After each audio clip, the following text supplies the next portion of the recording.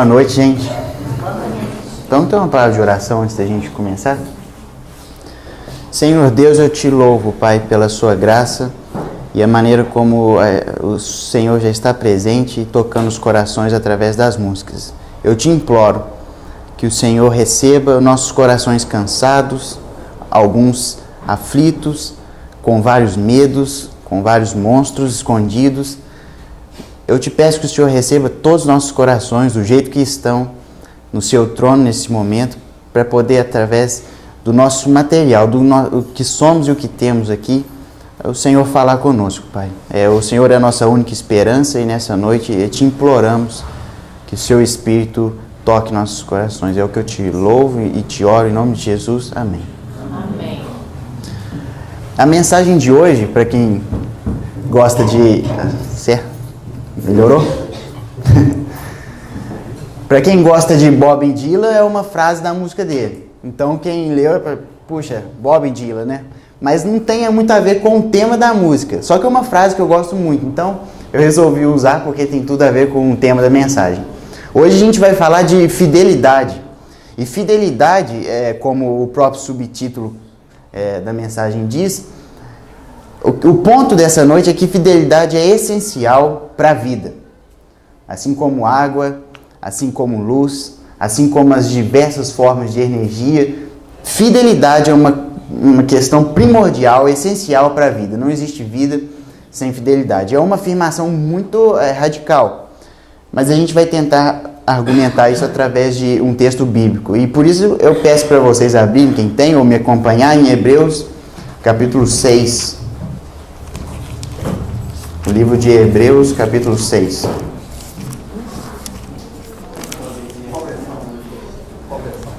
João Almeida, do século XXI. Hebreus, capítulo 6, começando do versículo 1. Hoje vai ser uma mensagem de exposição do texto apenas. 6:1. Então, versículo 1 diz assim: assim, deixando os aspectos elementares do ensino de Cristo, prossigamos para o aperfeiçoamento, não lançando de novo o alicerce do arrependimento de obras mortas e da fé em Deus. O ensino sobre os batismos, imposição de mãos, ressurreição dos mortos e juízo eterno. Faremos isso se Deus assim o permitir. Pois é impossível que aqueles que uma vez foram iluminados, experimentaram o dom celestial e se tornaram participantes do Espírito Santo e experimentaram a boa palavra de Deus e os poderes do mundo vindouro e caíram, sejam outra vez renovados para o arrependimento, visto que eles estão crucificando de novo o Filho de Deus e expondo-o à vergonha pública. Pois a terra que absorve a chuva que cai, muitas vezes sobre ela e produz planta útil para aqueles por quem é cultivada, recebe as bênçãos da parte de Deus. Mas, se produz espinhos e ervas daninhas, é rejeitada e está perto da maldição. O seu destino é ser queimada.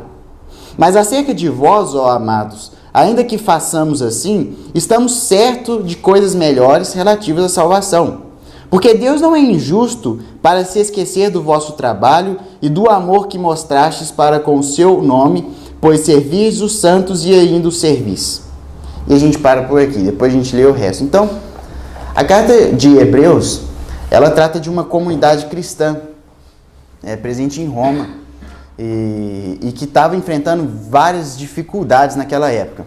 Agora, o principal ponto é que essa comunidade cristã, ela tinha grandes influências, as pessoas mais influentes daquele grupo eram judeus antes de se converter ao cristianismo.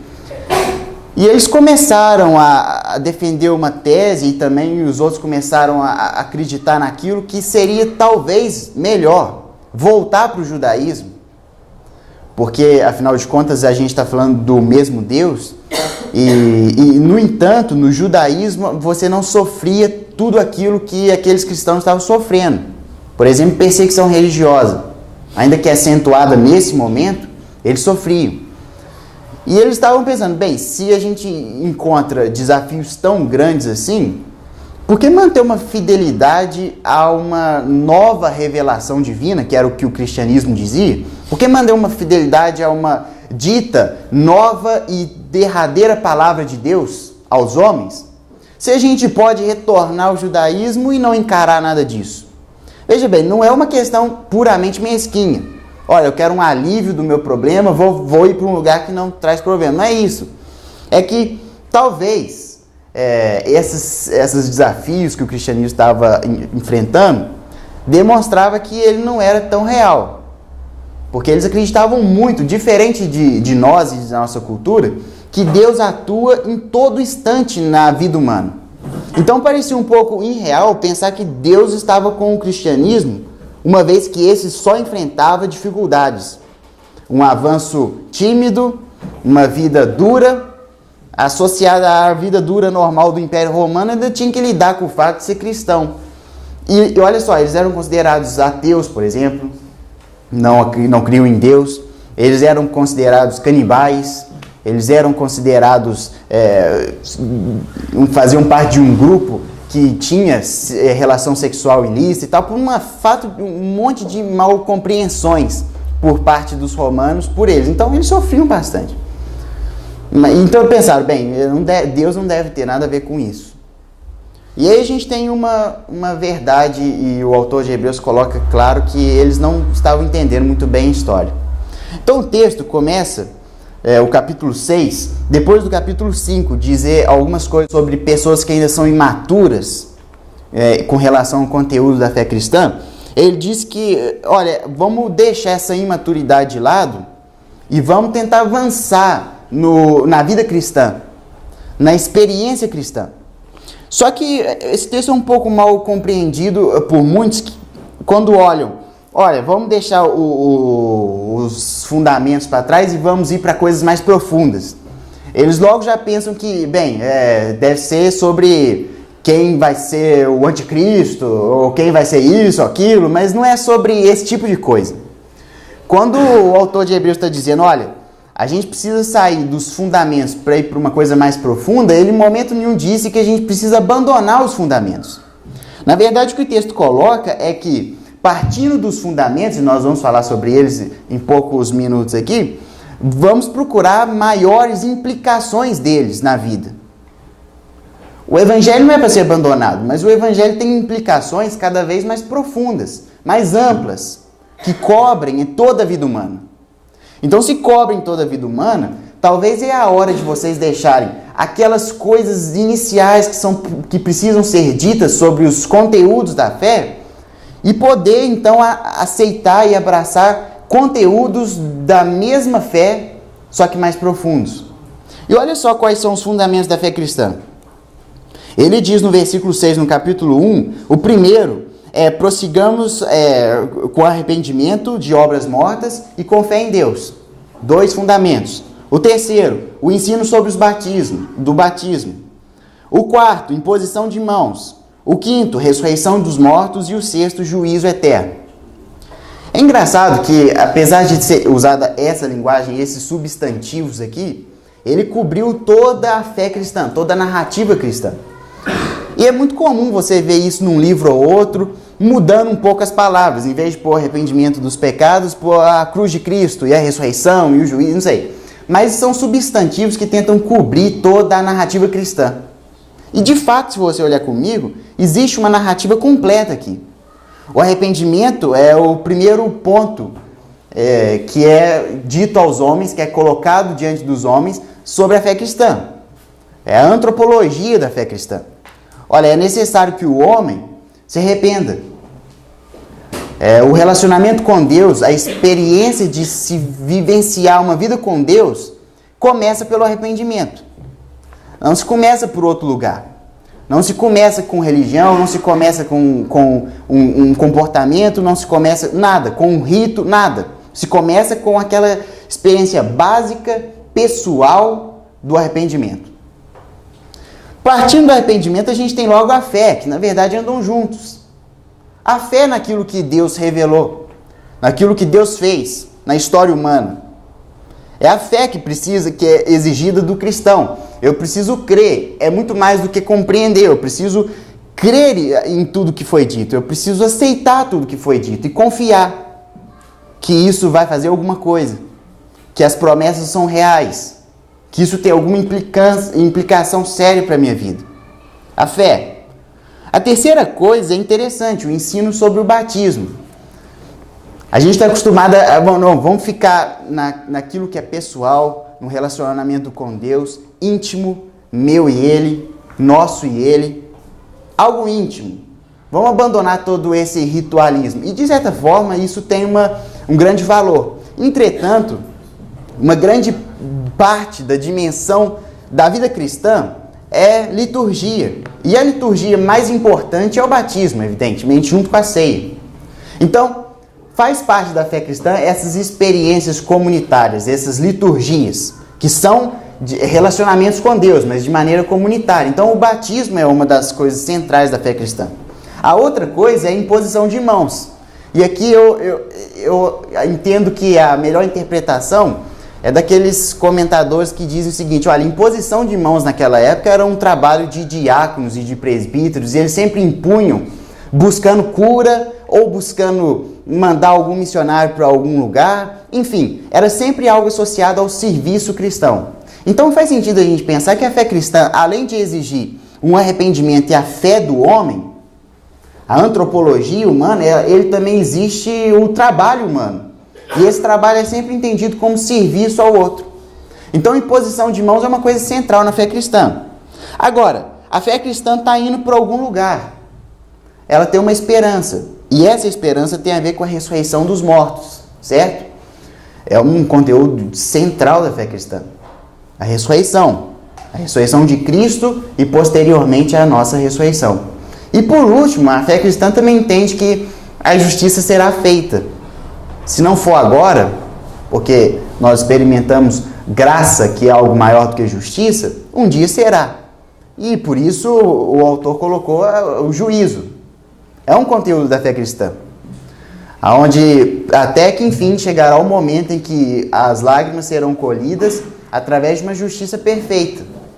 Então a gente tem tudo isso. Esses são os fundamentos. Agora, para você deixá-los, é preciso, além de ouvir sobre eles, buscar implicações profundas dos mesmos.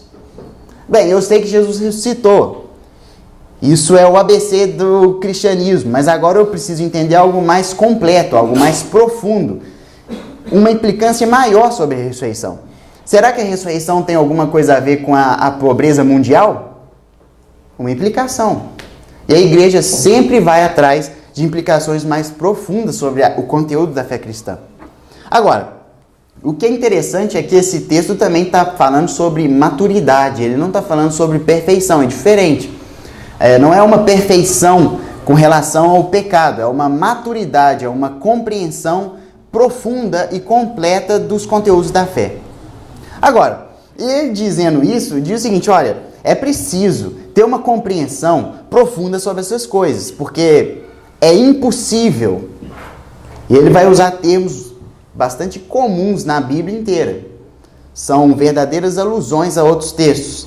É impossível aqueles que uma vez foram iluminados, aqueles que experimentaram essa luz depois das trevas, aqueles que experimentaram essa claridade divina, é impossível.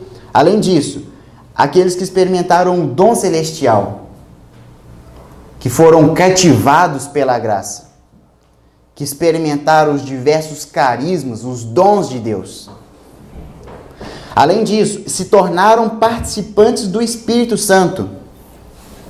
Viveram uma ressurreição, uma conversão verdadeira, uma transformação real, feita exclusivamente pela obra do Espírito Santo.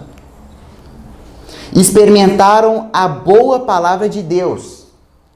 Essa palavra foi experimentada por eles, na realidade das suas vidas. E os poderes do mundo vindouro.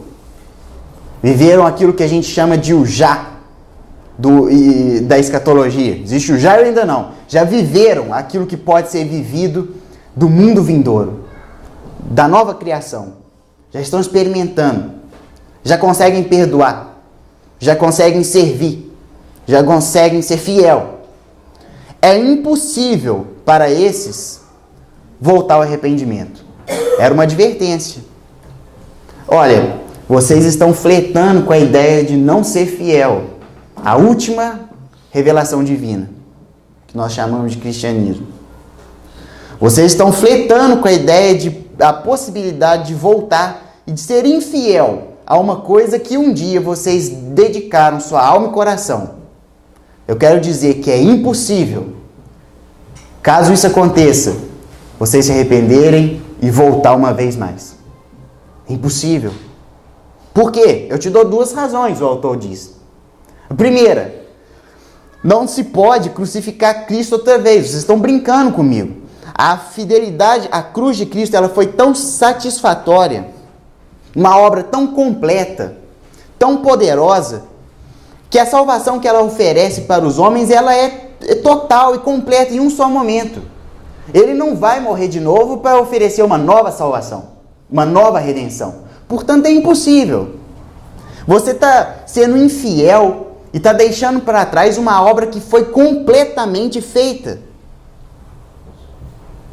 Agora, o segundo motivo, você está envergonhando Cristo em praça pública.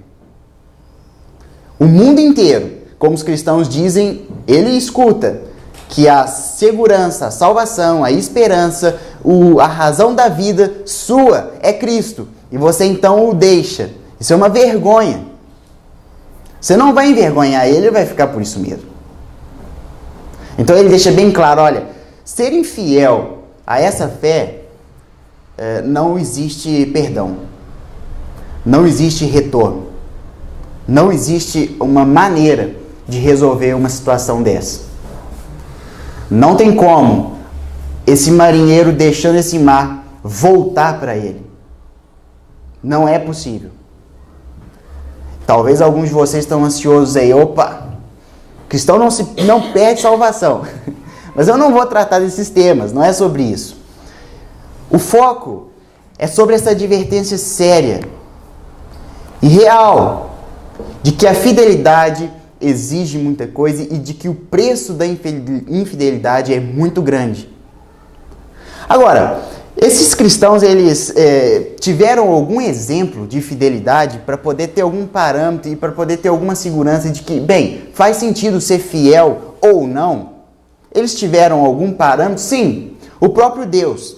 Se você lembrar da história da Bíblia, desde a criação e depois quando Deus elege o povo de Israel, existe uma palavra que percorre todos os textos que falam sobre relacionamento humano divino.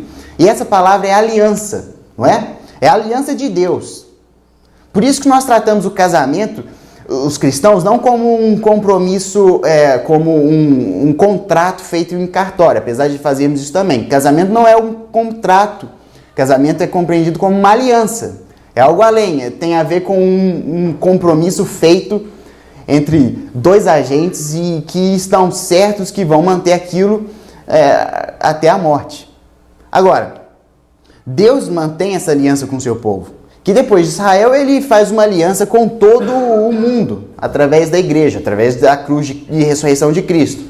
Essa aliança, ela é colocada em termos bem interessantes no Antigo Testamento. Um texto que conta sobre a aliança de Deus com Abraão, que é o pai do povo de Israel, é muito curioso a imagem. A gente tem Abraão travando uma aliança com Deus e naquele momento, naquele local onde Abraão estava, foi colocado uma trilha de corpos de animais partidos ao meio. Uma vaca tinha um lado dela e um lado dela, cada um partido em dois e julgados em ambos os lados. As aves, a mesma coisa. E vários animais ali. Um corredor. Um pouco obscuro isso, mas era assim. E Abraão deveria passar naquele corredor para encontrar com Deus. Mas Abraão desmaia. Dorme. E aí Deus anda sozinho. E depois vai e parte e vai embora. Ou seja, é um texto um pouco obscuro. Mas quando a gente vai ver como eram feitas as alianças entre os reis daquela época, as coisas ficam mais claras. Os reis partiam animais em dois, colocavam do lado esquerdo e direito, e os dois deveriam andar até o meio. Um andava até o meio e o outro andava até o meio. E lá no meio eles se cumprimentavam. Diziam, olha, quem quebrar essa aliança tem o direito do outro matá-lo. O outro tem o direito de matá-lo. Agora, a aliança de Deus foi um pouco diferente. Ele andou sozinho. Abraão não foi até o meio. E Abraão, assim como todo homem, quebrou a promessa. Mas ele não morreu. Quem morreu foi Deus na cruz. É uma aliança totalmente diferente daquilo que os homens experimentavam naquela época e o que nós experimentamos hoje. Mas o fato é que Deus é o grande exemplo de fidelidade. Os judeus sempre, eles não tinham um pensamento tão claro sobre a morte como nós cristãos temos. Da ressurreição e toda essa esperança. A coisa não era muito clara para a cabeça deles. Existem várias correntes de pensamento. Mas eles tinham a certeza, e quando alguém tinha uma angústia existencial quanto ao motivo da vida, se eu morrer e pronto, acabou, não tem mais nada, e aí, como vai ser? Eles sempre diziam a mesma coisa, olha, o Deus bom, Criador do mundo, Ele é fiel. Ele é fiel. Se não é suficiente minha explicação, durma com isso. Ele é fiel. E com toda certeza, Ele não vai quebrar essa sua aliança com o seu povo na morte. Enfim, Deus é o grande exemplo de fidelidade. Agora, alguns exemplos de como a fidelidade é central. Não só porque é uma prática divina, o próprio Deus demonstra isso, revela isso e vive com a gente essa fidelidade, mas também não existe justiça sem fidelidade. A fidelidade dos justos. Não existe paz sem fidelidade. A fidelidade dos pacifistas. As coisas simplesmente não existem se não tiver algum agente, alguém comprometido de forma fiel àquilo. O pensamento não existe. Se não houver fidelidade às construções passadas. A memória não existe. Porque, gente, não existe passado na experiência material. Não existe passado fora do espírito. Não existe passado fora da memória e das construções da memória. Então, a menos que nós sejamos fiéis à memória, o passado não existe. Isso pode ter complicações, não é? Por exemplo, um passado terrível pode se repetir, se não tiver uma memória sempre nos lembrando de o que aconteceu. O passado, então, ele é bem frágil, ele é bem desprotegido. E quer saber de uma coisa? O passado nosso com Deus, ele é muito frágil. A nossa experiência, não sei, vários vieram de tradições cristãs diferentes, vários participam de tradições cristãs diferentes, vários nem participam de tradição nenhuma. Mas todos nós temos uma experiência muito forte em algum momento de nossa vida com Deus.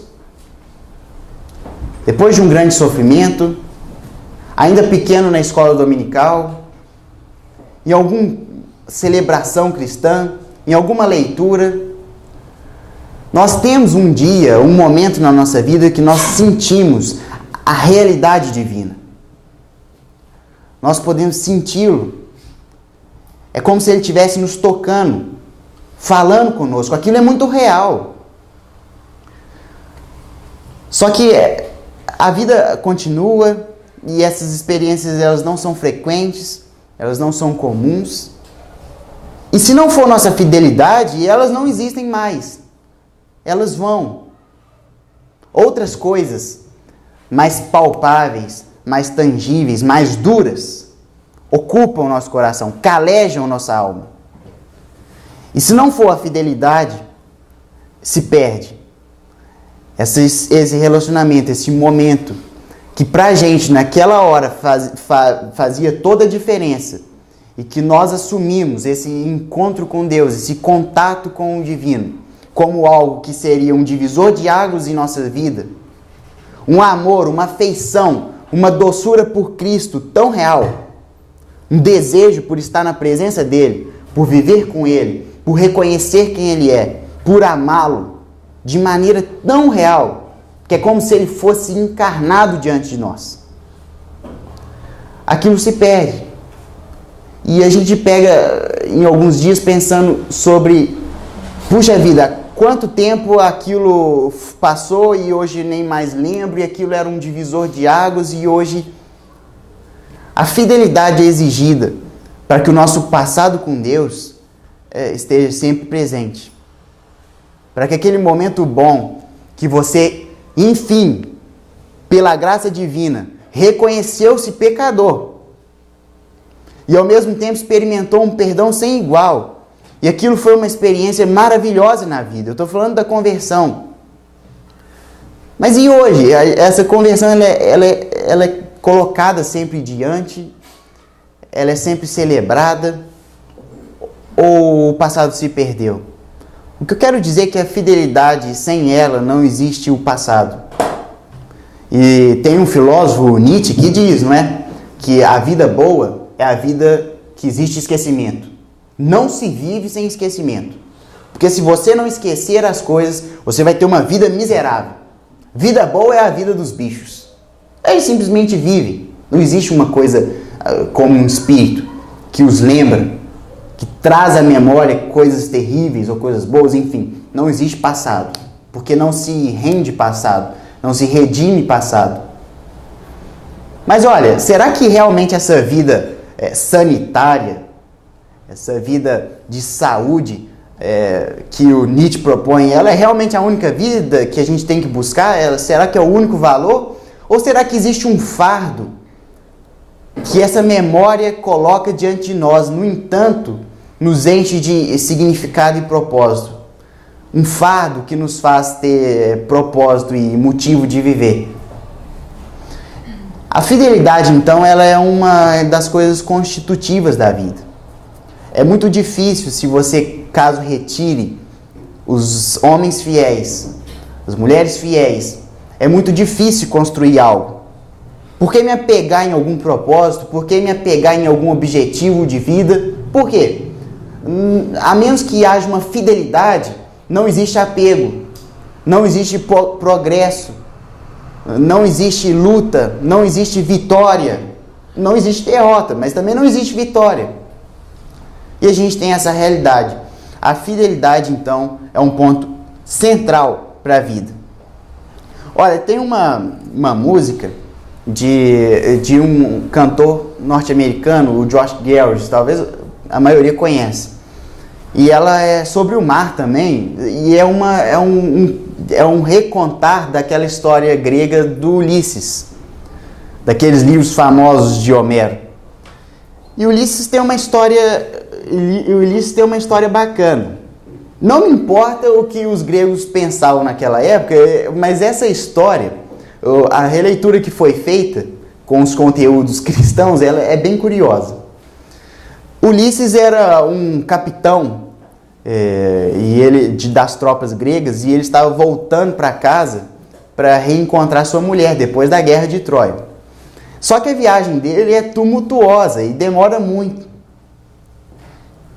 E aí várias coisas começam a acontecer, e uma viagem prolongada ela é sempre complicada. Uma viagem prolongada sempre abre espaço para muita coisa acontecer, que não aconteceria antes. E uma dessas é Ulisses se render ao canto das sereias e abandonar sua mulher, a sua esposa, ou pelo menos ser infiel a ela. E aí ele canta essa música, eu prefiro ler ela para vocês, é uma tradução livre, porque ela não tem tradução, então eu vou ler ela aqui. Diz assim: estou segurando a esperança de que um dia isso poderia ser feito direito na minha vida. Estive náufrago e deixado para morrer. Eu tenho visto os locais mais escuros. Todo mundo que eu amei parece um estranho no meio da noite. Mas o meu coração ainda arde. Me diz para voltar e procurar a luz fraca. Eu estou navegando para casa para ver você. Eu não vou demorar. À luz da lua eu vou continuar, até que eu ache você novamente. O problema tem atormentado os meus caminhos, e os maus ventos têm soprado. Sereias estão chamando meu nome. Elas dizem que vão aliviar a minha dor. Em seguida, quebram-me nas pedras. Mas o verdadeiro amor é o fardo que vai me levar de volta para casa. Leve-me com as memórias da beleza que eu conheci. Eu estou navegando para casa para você e eu não vou me demorar. A luz está me ajudando a continuar. Então, vou pedir para que me amarrem no mastro desse navio e eu possa aportar-se em casa, antes de eu perder a pessoa que eu amo, antes que a minha chance se for e eu quero segurar ela de novo nos meus braços. Uma letra bonita, de uma história bonita. Porque uma das coisas que exigem a fidelidade é o amor. Não se ama sem ser fiel. Todo mundo que já é casado, e não é meu caso, já experimentou algo mais profundo sobre o amor, que poderia falar muito melhor do que eu. O fato é que nós temos experiências apaixonantes com as pessoas, mas a maior parte da nossa vida, nós vivemos com a pessoa amada sem, no entanto, estarmos apaixonados, né? E o que nos mantém sempre unidos não é o amor em si, é a fidelidade ao amor. A fidelidade que foi feita. O compromisso que foi feito e aquela fidelidade de ambos em manter aquela união, independente do que aconteça, independente se você sentir bem com a pessoa ou não. A vida não é sobre sentir bem, a vida é sobre ser fiel. Ser fiel aos outros, ser fiel a Deus. Então a gente tem essa realidade de, por exemplo, e na música que eu cantei, não sei se vocês perceberam, o Ulisses pede para ser amarrado no mastro, porque de fato isso acontece na história. Ele pede para ser amarrado, porque diante dessa turbulenta tentação vivenciada por ele, a única alternativa de salvação era se amarrar e deixar chegar o porto para então encontrar a pessoa que ama novamente. A fidelidade foi colocada em xeque diante dos cristãos romanos daquela época. E aí, a gente tem um grande desafio, não é verdade? O desafio de ser fiel. Só que, no entanto, essa fidelidade ela é contraditória e experimentada de maneira grosseira por nós. Nós somos fiéis a Deus e ao próximo, que é o grande mandamento, amar a Deus e servir ao próximo. Nós somos fiéis a isso de uma maneira muito contraditória, de uma maneira muito grosseira, insatisfatória. E o medo maior que paralisa é se essa fidelidade tem algum valor. E muito mais do que isso, se nós podemos contar com a fidelidade de alguém. Se existe no final da noite alguém que está conosco sendo fiel também. E aí eu continuo lendo o texto de Hebreus. E a partir do versículo 10, desculpe, o autor diz o seguinte: ele já havia dito até onde eu li que, olha, gente, essa advertência que eu fiz, eu fui com vocês até o lugar mais obscuro da realidade humana. Aquele lugar onde o homem e Deus se separam de uma maneira tão drástica que não existe retorno. Eu fui numa floresta tão escura que não existe luz de Deus. Mas olha, não fiquem preocupados. Não é o que está acontecendo com vocês. E ele diz o seguinte: porque Deus não é injusto para esquecer do vosso trabalho e do amor que mostrais para com o seu nome, pois servistes os santos e ainda os servis. E desejamos que cada um de vós mostre o mesmo esforço dedicado até o fim, para a completa certeza da esperança. Porque não vos torneis indiferentes, mas sejais imitadores dos que herdam as promessas por meio da fé e da paciência. Quando Deus fez a promessa a Abraão, jurou por si mesmo, visto não ter outro maior por quem jurar.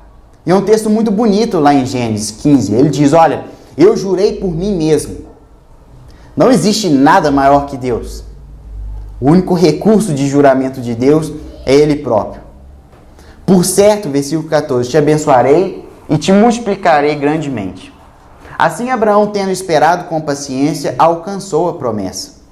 Pois os homens juram por quem é maior que eles, e para eles o juramento para confirmação é o fim de toda disputa. Assim Deus, querendo mostrar mais claramente aos herdeiros da promessa a imutabilidade do seu propósito, sua fidelidade, seu amor fiel, interveio com um juramento. Agora um versículo lindo. Para que nós, que nos refugiamos no acesso à esperança proposta, tenhamos grande ânimo por meio de duas coisas imutáveis, nas quais é impossível que Deus minta.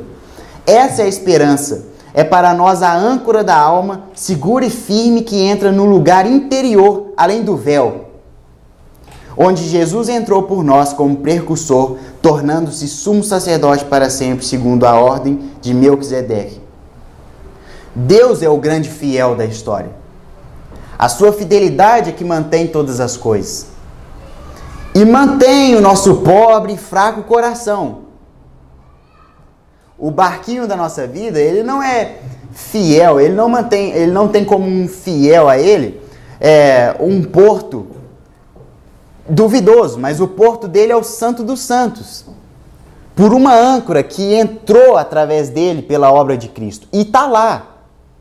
E não importa o vento que passe, e a onda que o ataque, a âncora está lá. Não se entra no Santo dos Santos. Não é isso que a gente aprende no Antigo Testamento? Lá ninguém entra. Lá ninguém pode tirar. E ela está lá. Uma grande fidelidade. E cabe a nós, então, experimentarmos essa fidelidade e viver de maneira fiel. De viver de maneira fiel ao Deus Criador, de viver de maneira fiel à causa que tem nossa paixão, de viver de maneira fiel às pessoas a quem amamos e às pessoas a quem servimos, de viver de maneira fiel. Agora, isso não é ser fiel. O Lisado até me perguntou no Facebook, é fidelidade ao mar ou fidelidade ao barco? Fidelidade ao barco. Porque a gente precisa abandonar vários barcos, fidelidade ao mar. Porque a gente precisa, como marinheiro, abandonar vários barcos ao longo da vida. Barcos que não vão para lugar nenhum. Barcos que não têm um motivo real. Barcos que não têm importância. Barcos perigosos. Nós os abandonamos, mas nós jamais deixamos o mar. Somos marinheiros, é o que fazemos. Nós não deixamos a vida. Nós não deixamos as pessoas. Nós não abandonamos esposas. Não abandonamos esposos. Não abandonamos missão. Não abandonamos o pobre, não abandonamos a viúva, nós não abandonamos.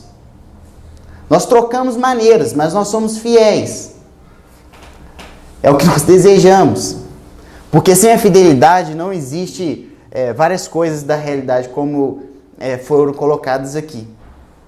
É a fidelidade que constrói e possibilita a realidade. Eu acho engraçado porque alguns, revoltados com Deus, tentam destruir várias coisas colocadas e reveladas. Por exemplo, tentam inocentar Adão, ou inocentar quem quer que seja. Ninguém consegue inocentar Adão. Não tem como fazer isso. O que na verdade conseguem é inocentar grandes e verdadeiros algozes. Quando alguém tenta destruir o céu, quando alguém tenta destruir algo sobre Deus, ele não destrói ele propriamente, não há possibilidade de fazer. Ele destrói a própria humanidade. Quando nós destruímos a aliança do casamento, nós não destruímos algo conservador cristão. Nós destruímos vidas. A nossa tentativa de desenvolver a humanidade, a liberdade humana sem a fidelidade a Deus, não destrói a fidelidade a Deus. Destrói a liberdade humana. Porque não é possível sustentar qualquer ponto sem fazer referência ao Deus fiel. Então, como o Chesterton coloca em um livro dele, os titãs vivem tentando destruir o céu, mas na verdade eles só conseguem destruir a terra. Não se luta com as coisas da vida sem essa fidelidade central.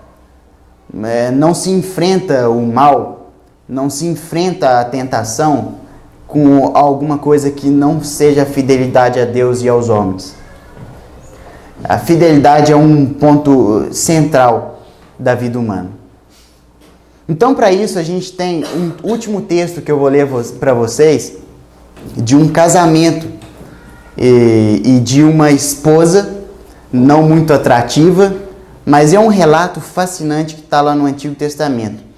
E eu convido vocês para ler, primeiro abrir em Ezequiel 16, não vou ler os dois textos, mas existe um texto em Números, em Juízes, desculpa, que conta uma história um pouco absurda.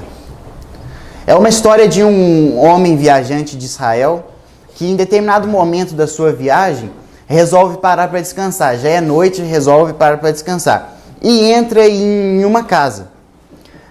Naquela cidade, após o pessoal da cidade ter visto que ele chegou, que um visitante chegou na cidade, ele chegou com a sua esposa, eles vão até a porta da casa e tentam, e batem lá e dizem o seguinte: olha, nós queremos alguém para que a gente possa abusar.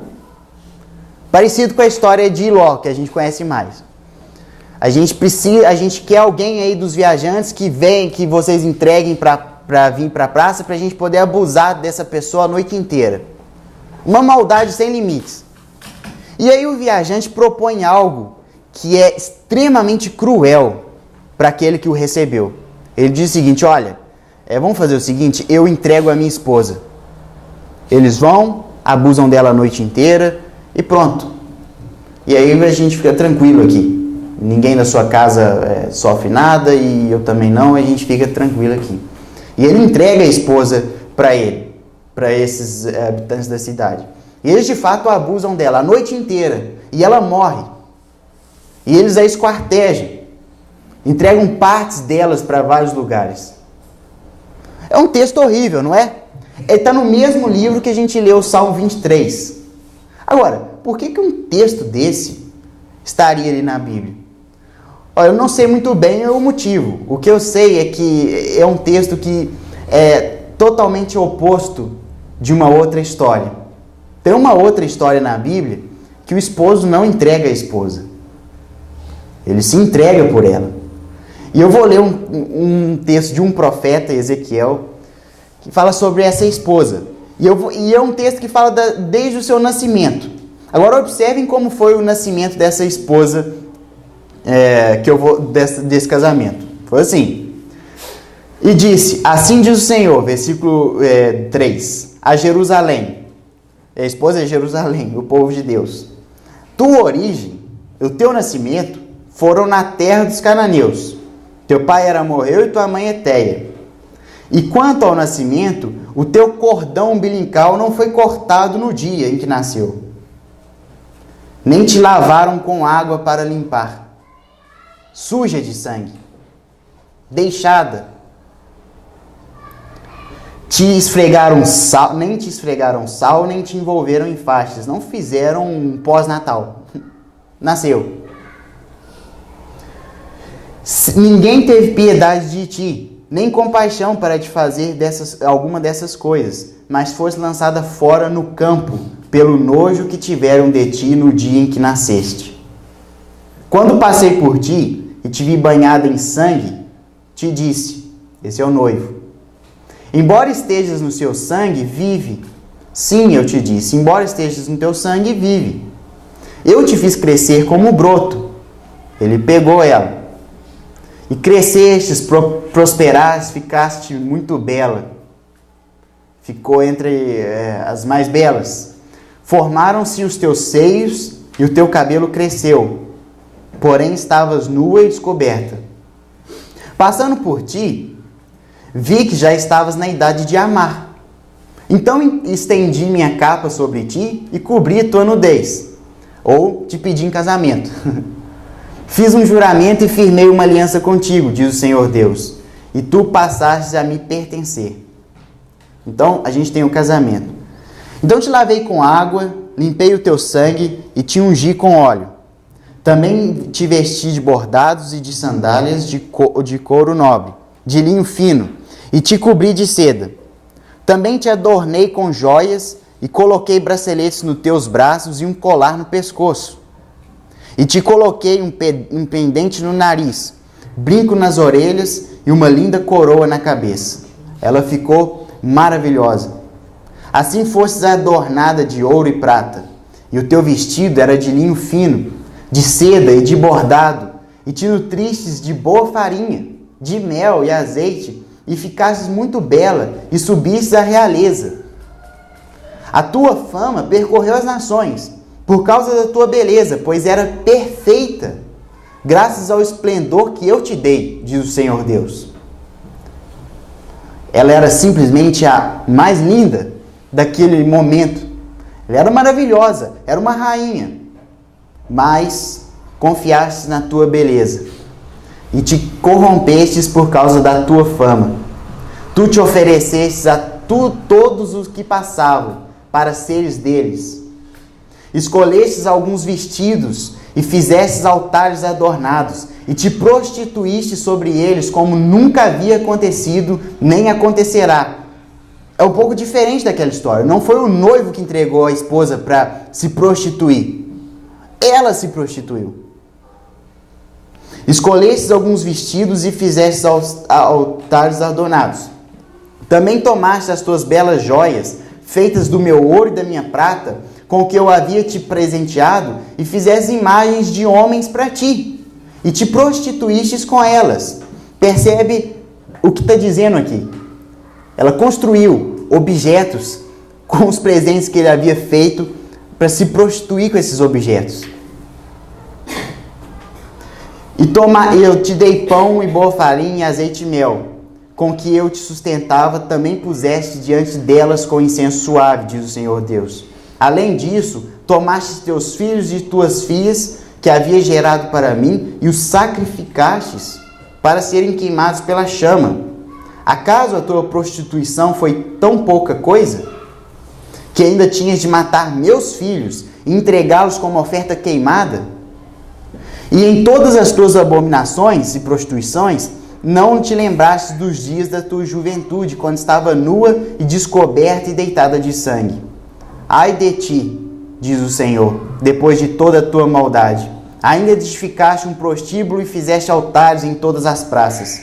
Edificaste o teu altar em cada canto do caminho e fizeste abominável a tua beleza. E te oferecias a todos os que passavam e multiplicou as suas prostituições. Também te prostituíste com os egípcios, teus vizinhos, muitos carnais, e multiplicaste a tua prostituição para me provocar a ira. Pelo que eu estendi a mão contra ti e diminuí a tua porção. Eu te entreguei à vontade dos que te odeiam. As filhas dos filisteus, elas se envergonhavam do teu caminho depravada. Também te prostituíste com os assírios, pois era insaciável. Mas mesmo prostituindo com eles, nem assim ficaste satisfeita. Multiplicaste demais as tuas prostituições na terra do comércio, isto é, até na Babilônia, e nem com isso ficaste satisfeita. Diz o Senhor Deus, como é fraca a tua vontade, fazendo todas essas coisas, agindo como uma prostituta desenfreada, edificando o teu prostíbulo na esquina de cada caminho e fazendo o teu altar em cada rua. Não fostes nem sequer como a prostituta, pois desprezaste o pagamento. És como mulher adúltera, que em lugar do seu marido recebe estranhos. A todas as prostitutas se dá o pagamento, mas tu dás presentes a todos os teus amantes. Tu os subornas para que venham de ti e todas as partes pelas tuas prostituições. Nas tuas prostituições é diferente de outras mulheres, pois ninguém te procura para a prostituição. Pelo contrário, dás o pagamento e não recebes nada. Tu fazes o contrário. É um exemplo de infidelidade extrema. Um casamento que existe uma das partes, um completo desprezo pela fidelidade. Agora, eu não preciso nem dizer qual das partes que foi realmente destruída. O curioso é que esse casamento não terminou com essa passagem. A história não termina por aqui. A história termina quando nós voltamos para o Evangelho e nós chegamos lá no jardim. Um jardim Getsemane. Um jardim conhecido por nós. Naquele jardim, o homem estava sendo tentado pelo diabo. Mas uma outra coisa estava acontecendo em outro plano. A gente sabe que na Bíblia diz um mandamento: não tentarás o Senhor seu Deus, não é verdade? Mas não diz que Deus não deve fazer isso. E naquela noite ele fez. Deus tentou Deus. E a gente tem no Deus da Bíblia, em Cristo Jesus, uma característica que não é comum dos outros deuses. A gente tem a coragem. Porque nesse momento onde sua fidelidade foi provada no mais extremo e inexplicável teste, mas ele permaneceu fiel. E foi essa fidelidade desse noivo que ancorou o nosso navio, o nosso barquinho, lá no Santo dos Santos e recebeu sua noiva de volta. Esse marinheiro, se eu posso dizer assim, ele jamais abandonou o mar. Ele é o próprio mar. Quando Pedro, depois de haver acontecido a crucificação, Jesus já estava manifestando sua ressurreição na presença de vários de seus discípulos, Pedro estava pescando no seu mar porque ele deixou o barco de Cristo porque viu que não faria muito sentido continuar. Jesus havia morrido, é melhor a gente voltar para o outro barquinho. Mas ali no mar, aquele marinheiro cansado e bastante frustrado viu na praia Jesus.